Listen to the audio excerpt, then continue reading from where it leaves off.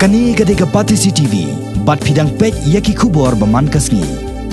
Ka Executive Committee jong ka Khadc Hills Autonomous District Council, ha ka jelang ka balalong ha ka katsau terek menta unailar, kalarai ru ban Phah da ka jing Thoh, syakatna District Council Affairs, jong ka sarkar jela, ban pan Pynphai no yaki artli ki bel, ki badang sa akon, bat ka sarkar bakan thom, ya ka Khadc Hills Autonomous District Council, Khadc Social Custom Lineage Amendment Bill, jong usnam arjar khatsan, bat jong uni usnam arjar khat Phah.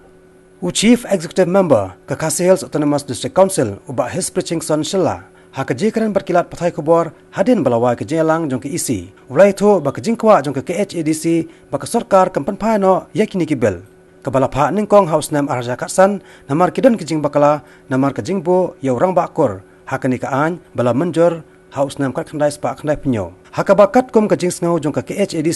ka sngo dei ba ya ka an ban thau nak ban tau orang bakor dei ban dan la ka jong hanre om ban yakhle lang hapo ka ni ka jing pen bet thama ya ka ni ka bel halor ka ni uba HS law lai thoru ba ka Khadc kan sapa da ka jing Thoh syakatna District Council Affairs nalor ka ni ka Khadc ha ka ni ka kanti kala thau ya ka Consultative Committee ka ban bishar bnya ben pa ben ya ka jing wanra ya ka jing pen kala ha ka an Khadc Social Custom Lineage Act Haswa ban ra yaka sekadar bar kerpang kaban salong shen.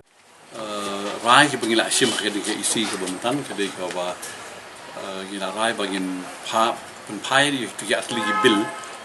ke bedi bat ka Lineage 1997 ke di ke pass amendment bill harga 2015 bat ka second amendment bill ke bedi ke ni ke 2018 ke ya Pynphai ke bading kong namar ba hangtung isyam ba ka don ke jing kala hakaba kila bu ya kuno bentung yorong bakur ya power jungu haka tuju ka Lineage Act 1997 ke kan hangtu da biju bakala aba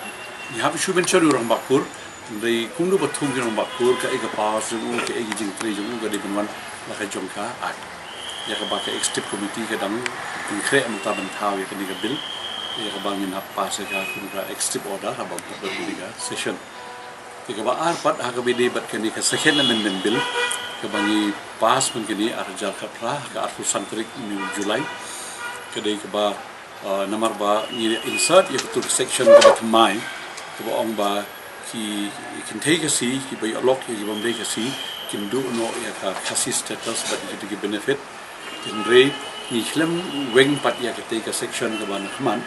kaba Thoh balada kentei kasi to yo lok ya ubomdei kasi ni dal ka ajaj sel die ki khon ki dei kasi